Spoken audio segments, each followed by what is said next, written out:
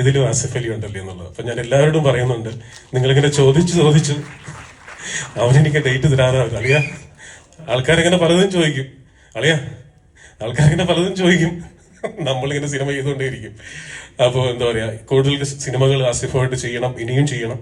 അതുപോലെ തന്നെ പുതിയതായിട്ട് കിട്ടിയ ഒരു കൂട്ടുകെട്ടാണ് ബിജു മേനോൻ എന്ന് പറയുന്നത്. ഞാൻ ആക്ച്വലി സംയുക്ത വർമ്മയെ വെച്ചുകൊണ്ട് കുറെ പരസ്യങ്ങൾ ഡയറക്ട് ചെയ്തിട്ടുണ്ട്. പക്ഷെ ബിജുവേട്ടന്റെ കൂടെ ആദ്യമായിട്ടാണ് വർക്ക് ചെയ്യുന്നത്. സിനിമയിലെ തലവൻ എന്ന നിലയിൽ ഈ ട്രെയിലറും പാട്ടും ടീസറും ഒക്കെ കണ്ടപ്പോൾ നിങ്ങൾക്ക് എല്ലാവർക്കും തോന്നിയതുപോലെ ഇതൊരു ജിസ് ജോയ് ചിത്രമല്ല എന്ന് എഴുതി കാണിച്ച് ഈ സിനിമ തുടങ്ങേണ്ടി വരും എന്നാണ് എനിക്ക് തോന്നുന്നത്.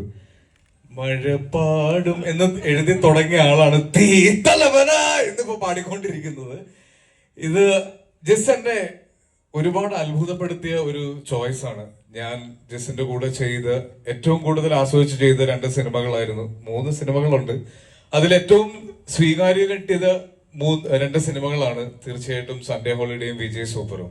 അപ്പൊ ആ 2 സിനിമ കഴിഞ്ഞപ്പോൾ മലയാള സിനിമയിലെ ഫീൽ ഗുഡ് സിനിമയുടെ ബ്രാൻഡ് അംബാസിഡർ എന്നുള്ള ഒരു പദവി ജിസ് ജോയ്ക്ക് കിട്ടുകയും അത് കഴിഞ്ഞ സിനിമ ഞങ്ങളുടെ ഇന്നലെ വരെ എന്ന സിനിമയിലൂടെ അത് ബ്രേക്ക് ചെയ്യാൻ അദ്ദേഹം ട്രൈ ചെയ്തു. ഈ സിനിമയിൽ അത് കംപ്ലീറ്റ് ആയിട്ട് ബ്രേക്ക് ചെയ്തു എന്ന് ഞാൻ മനസ്സിലാക്കുന്നു. അന്നേരം ആസിഫ് കട പടവും അറിയാലോ, നമ്മളെപ്പോഴും ഫുൾ ടൈം ഉണ്ട് കൂടെ. അപ്പോൾ ഇതിലും ജിസേൻ ഡയറക്ട് ചെയ്ത പടപരിപാടിയാണ്. അപ്പോൾ ട്രെയിലർ കാണാനുള്ള ആകാംക്ഷ എനിക്കുണ്ട്. പ്രത്യേകിച്ച് തിയേറ്ററിൽ ഫസ്റ്റ് ലോഞ്ച് ഇടാകുമ്പോൾ ആദ്യത്തെ പരിപാടിയാണല്ലോ ഒരു പടത്തിന്റെ ലോഞ്ചിങ്ങിന്. അപ്പോൾ ഭയങ്കര എക്സൈറ്റഡ് ആണ്. Thank you so much. All the very best wishes. ഞങ്ങളുടെ വളരെ ഫാമിലി പോലത്തെ ആൾക്കാരുടെ സിനിമയാണിത്. എസ്പെഷ്യലി മച്ചാൻ, ചിസേട്ടൻ, പിന്നെ അരുൺ ചേട്ടൻ, നമ്മുടെ എല്ലാവരും നമ്മളുടെ കൂടെയുള്ള ആൾക്കാർ തന്നെയാണ്. അപ്പോൾ ബീച്ചേട്ടൻ, അപ്പോൾ പിന്നെ ഞങ്ങളും ഒരു ഫാമിലി. അത് വിജയ് സൂപ്പറൊക്കെ കഴിഞ്ഞിട്ടാണ്. അപ്പോൾ anyways all the very best. പടത്തിന് എല്ലാ വിജയ ആശംസകളും നേരുന്നു. ഈ സിനിമയെ കുറിച്ച് I am very thrilled, I am very excited. കാര്യം എന്താണെന്ന് വെച്ചാൽ ജിസേട്ടൻ എപ്പോഴും നല്ല ഫീൽ ഗുഡ് മൂവീസിന്റെ ആളാണ്. എപ്പോഴും വളരെ നന്മ മാത്രം പറഞ്ഞു പോയിരിക്കുന്ന കുറേ കഥകൾ നമുക്ക് സമ്മാനിച്ചേക്കുന്ന ഒരു ഡയറക്ടറാണ്. പക്ഷേ ജിസേട്ടൻ്റെ സൈഡിൽ നിന്ന് ഇങ്ങനത്തെ ഒരു പോലീസ് സ്റ്റോറി, അതിൽ ടീസറിൽ കാണുന്ന പോലത്തെ ഒരു ടെൻഷൻ ബിൽഡിങ് കാര്യങ്ങളൊക്കെ കാണുമ്പോൾ വളരെയധികം എക്സൈറ്റ്മെന്റ് ഉണ്ട്. ഒത്തിരി സന്തോഷമുണ്ട് ഈ ഒരു സിനിമയുടെ പാർട്ടായിട്ട് വരാൻ കഴിഞ്ഞതിൽ. കഴിഞ്ഞ വർഷം എൻ്റെ മോൻ്റെ ബർത്ത്ഡേയുടെ അന്ന് വൈകുന്നേരം ഒരു ബർത്ത്ഡേ ഗിഫ്റ്റ് പോലെയാണ് ജിസേട്ടൻ്റെ കോൾ എനിക്ക് വരുന്നത്. തലവനിലേക്ക് മിയ വരണം എന്ന് പറഞ്ഞിട്ട് ക്യാരക്ടറൊക്കെ പറഞ്ഞ്. അപ്പം എനിക്കത് ഭയങ്കര സന്തോഷമായിട്ട് തോന്നി. ഈ വർഷത്തെ മോന്റെ ബർത്ത്ഡേ വന്നപ്പോഴും ഞാൻ ഓർത്തു, കഴിഞ്ഞ വർഷം ജിസേട്ടൻ ഈ ദിവസമാണ് വിളിച്ചതെന്നുള്ളത്. മേ ബി ഞാൻ എല്ലാ ബർത്ത്ഡേ വരുമ്പോഴും ഞാനത് ഓർക്കാൻ സാധ്യതയുണ്ട്.